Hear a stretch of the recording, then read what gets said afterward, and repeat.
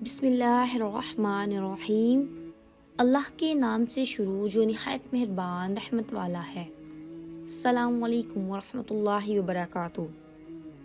حضرت حذیفہ رضی اللہ تعالیٰ عنہ سے روایت کیا کہ کہا رسول اللہ صلی اللہ علیہ وسلم نے فرمایا، ہمیں لوگوں پر 3 باتوں کے ذریعے سے فضیلت دی گئی ہے۔ ہماری صفیں فرشتوں کی صفوں کی طرح بنائی گئی ہیں، ہمارے لیے ساری زمین کو سجدہ گاہ بنا دیا گیا ہے، اور جب ہمیں پانی نہ ملے تو اس زمین کی مٹی ہمارے لیے پاک کرنے والی بنا دی گئی ہے، اس کے ساتھ تمیمم کر کے پاکیزگی حاصل کی جا سکتی ہے۔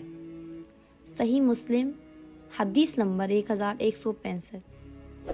جزاک اللہ خیرہ۔ Subscribe for more videos.